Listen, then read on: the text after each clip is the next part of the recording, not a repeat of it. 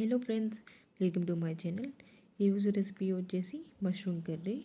దానికోసం నేను మష్రూమ్స్ తీసుకున్నాను. నెక్స్ట్ వచ్చేసి ఒక బండిల్ తీసుకొని దాంట్లో తగినంత ఆయిల్ యాడ్ చేసుకోవాలి. చిన్న సైజులో కట్ చేసిన 2 ఆనియన్స్ యాడ్ చేసుకోవాలి.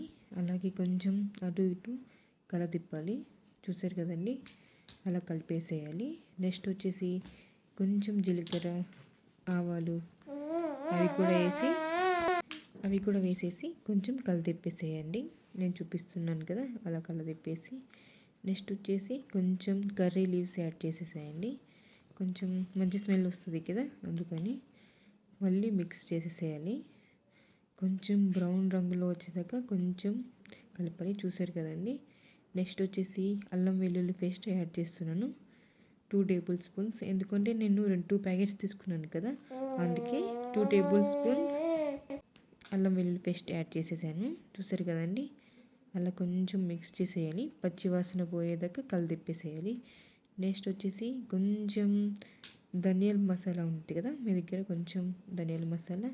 నెక్స్ట్ వచ్చేసి పసుపు యాడ్ చేసి కొంచెం మిక్స్ చేసేసేయాలి. చూసారు కదండి, అలా మిక్స్ చేసుకోవాలి. నెక్స్ట్ వచ్చేసి తగినంత కారం యాడ్ చేసుకోండి. అది కూడా కొంచెం మిక్స్ చేసేసేయాలి. చూసారు కదండి, కొంచెం పచ్చి వాసన పోయేదాకా తిప్పేసేయాలి. నెక్స్ట్ వచ్చేసి 2 చిన్నవి టమాటో కూడా కట్ చేసి యాడ్ చేస్తున్నాను.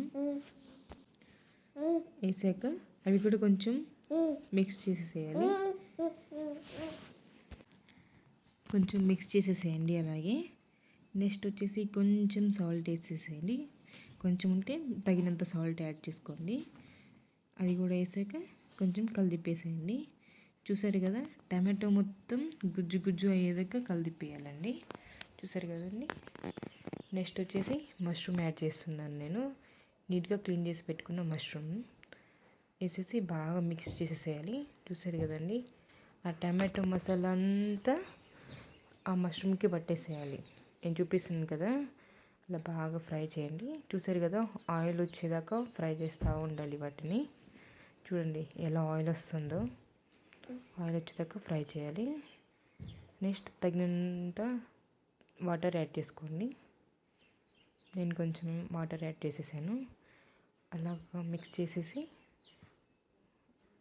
ఒక 10 నిమిషాలు బాగా ఉడకనివ్వాలి. చూసారు కదండి, బాగా ఉడికిపోయింది.